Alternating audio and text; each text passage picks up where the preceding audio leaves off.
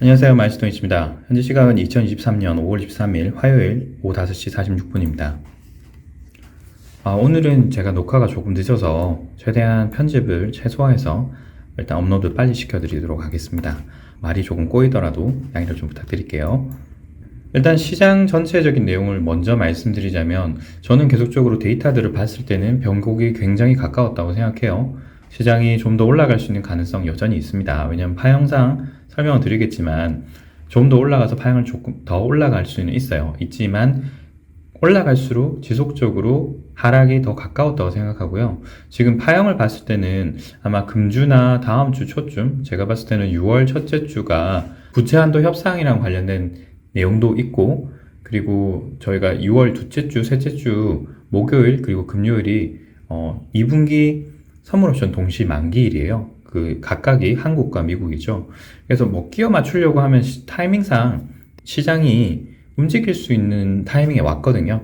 그래서 조금 더 올라갈 수 있다라고 말씀드리는 것은 파형상으로도 그렇고 시점상으로도 충분히 좀 조정과 상승, 반등이죠. 그것을 지속하면서 파형이 좀 더 올라갈 수 있어요. 이렇게 지금 지난 일주일 동안 스트레이트로 올라가는 것처럼 이렇게 올라가지는 않겠지만 파형상 조금 조정을 받고 다시 올라갈 수는 있겠지만 고점을 확인하는 모습들이 보일 가능성이 높다라고 지금 생각합니다. 이전표들을 보시면서 말씀드리겠지만 인플레이션에 대한 내용들이 조금 수그러들었다가 다시 나올 수 있는 상황이라고 보고 있거든요. 그래서 여러 가지 복합적인 문제들로 시장을 좀 짓눌렀다가 조금 더 반등은 하지만 결국 하락 쪽으로 돌아서는 모습들이 조만간 나오지 않을까라고 생각은 합니다. 간단하게 보시면서 말씀을 드릴게요.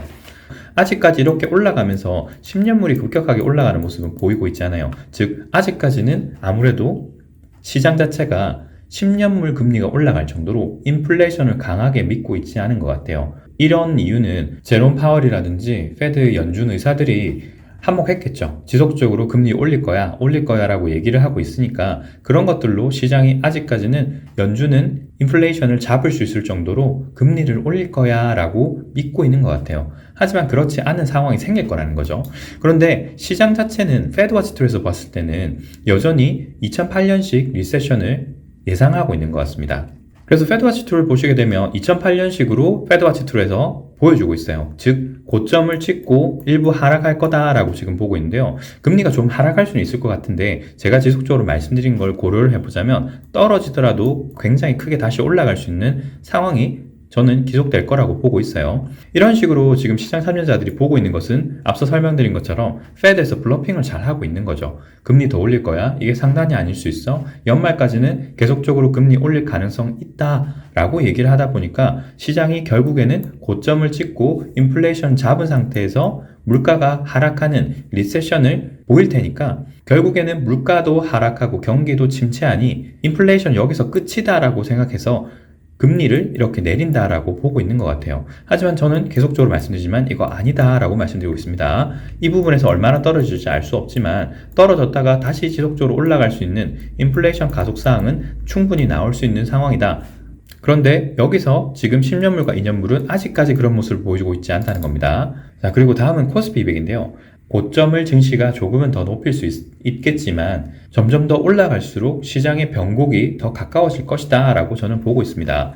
전체적으로 지금 보고 있는 파형 자체를 한 번 더 설명을 드리고 가자면요. 저는 여기서 지금 조정 파형 자체가 5년 정도 나오고 있다고 생각하고 있어요. 3, 5 형태인데요. 5파 형태 중에서도 1, 2, 3파 이후에 조정 파형이 N자 형태로 크게 4파가 나오고 있다. 이론상으로는 1파만 훼손하지 않는다면 크게 올라갈 수 있다. 그게 380인데 현재 주요 이정표들만 봤을 때는 여기까지 올라갈 수는 없을 것 같죠. 조만간 변곡이 되거나 변곡 와중이기 때문입니다. 그래서 현재 파형으로 보자면 여기서 5 형태로 보고 있고 여기서 어떤 형태가 5파로 나오느냐가 참 중요한데요. 사실 현재까지 나온 파 형태가 가장 독특한 형태에 가깝게 나오고 있습니다. 이런 형태의 5파를 본 적이 없기 때문이기도 하겠죠.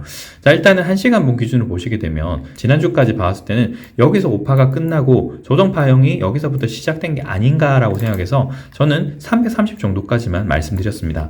하지만 그 이후에 파형 자체가 기존 고점을 뚫고 올라가 버렸죠. 그리고 이 이유에 대해서는 제가 숏스퀴즈라고 말씀드렸습니다. 자, 그러면 결국 파형 자체가 여기서 끝나지 않은 걸로 현재로선 됐어요. 그리고 몇 주 동안 말씀드렸던 게 이 횡보하는 와중에 330을 뚫고 올라가면 무조건 상단이 더 유리합니다. 상승입니다. 그럴 때는 340까지 테스트할 수 있으니까 지켜보셔야 됩니다. 라고 말씀드렸고요. 주요 이정표들만 보자면 시장이 조금 더 올라갈 수 있다고 했습니다. 그래서 여기서 나오는 파형들을 그러면 해석을 해보자면 현재 여기까지 나왔던 것들이 지속되고 있다. 상승이 지속되고 있으니 파 형태를 보자면 1, 2 이후에 여기서 지금 3파가 1, 2, 3, 4, 5 형태로 가고 있다. 아직까지 3파가 종료되지 않았어요. 3파가 종료되지 않았고 3파에서 마지막 5파죠. 이 3파에서 3-5파인데 이 3-5파도 굉장히 크게 지금 연장 형태로 가고 있습니다. 1파, 2파 이후에 3파가 지속적으로 연장되고 있어요. 1, 2, 3, 4, 5 형태로 보고 있고요. 그럼 여기서 일부 조정을 받을 겁니다. 제가 상승 추세선 2개를 그어뒀죠. 그러면서 오늘 제가 338 정도에서 하락을 해서 이런 식으로 조정을 받고 다시 올라가는 형태를 그려드렸습니다. 이렇게 그려드렸던 이유가 여기까지가 3파라고 따져보자면 전체적으로 파형이 1, 2, 3, 4, 5 형태로 다시 올라갈 수 있기 때문이에요.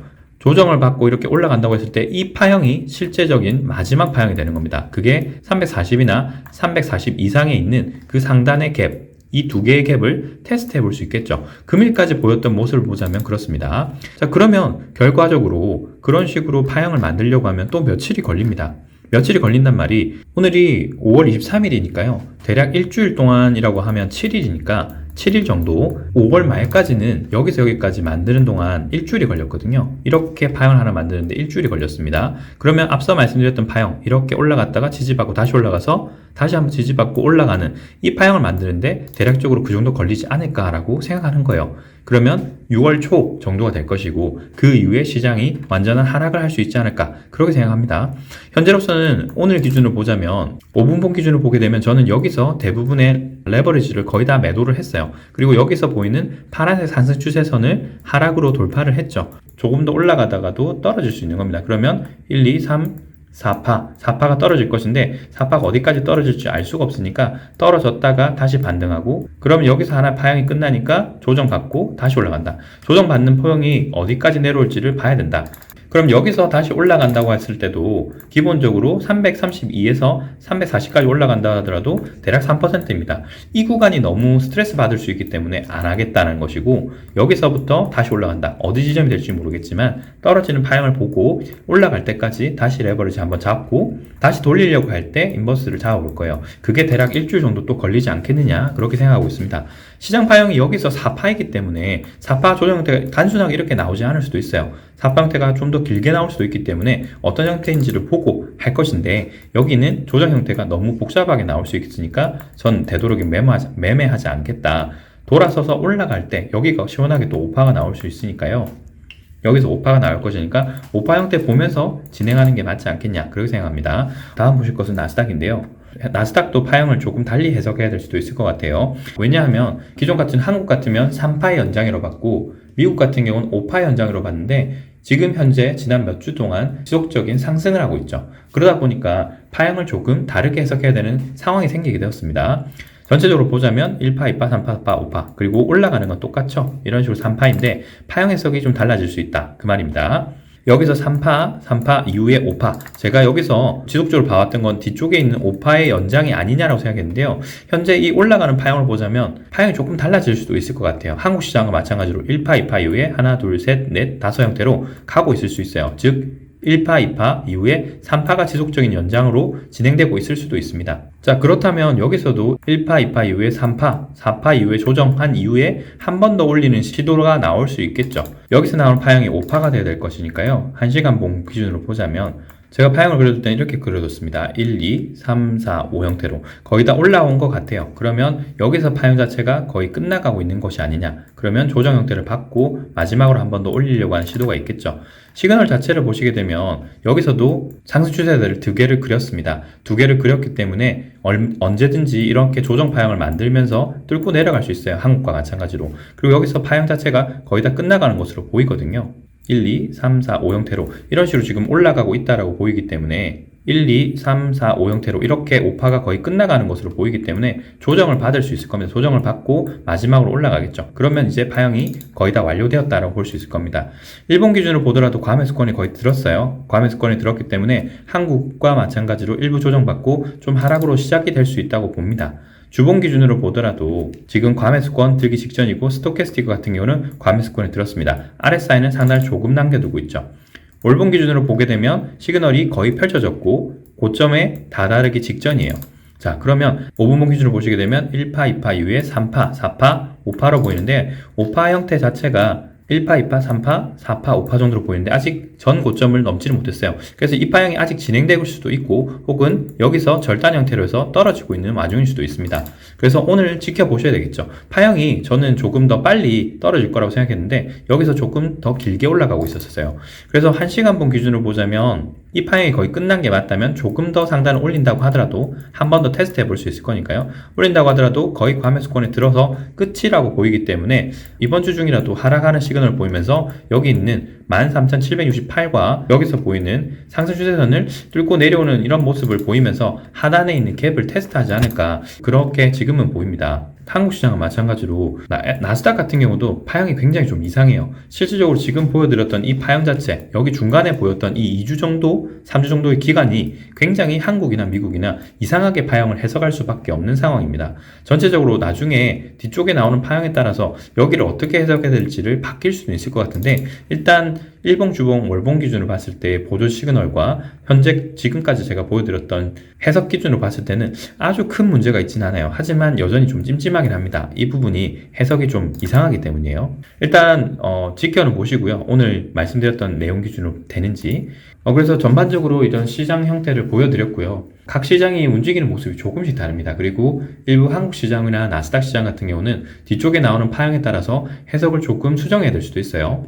하지만 전체적으로 봤을 때는 이정표들이 시그널을 바꾸려고 하는 모습들이 보이기 때문에 증시가 조금 더 올라간다고 하더라도 조만간 하락 조정을 할 가능성이 더 높아지고 있다. 그래서 좀 주의를 하자. 만약에 여러분들이 실물 자산, 주식을 들고 계시다고 하면 상승 반등을 할 때마다 당연히 청산을 하셔야 될 것 같고요. 저희가 만약에 이제 장기적으로 인플레이션과 스태그플레이션 이런 것들을 고려를 하고 있다면 이제는 증시에서는 발을 좀 빼고 인버스를 매수하는 전략으로 가야 되는 게 맞을 것 같습니다.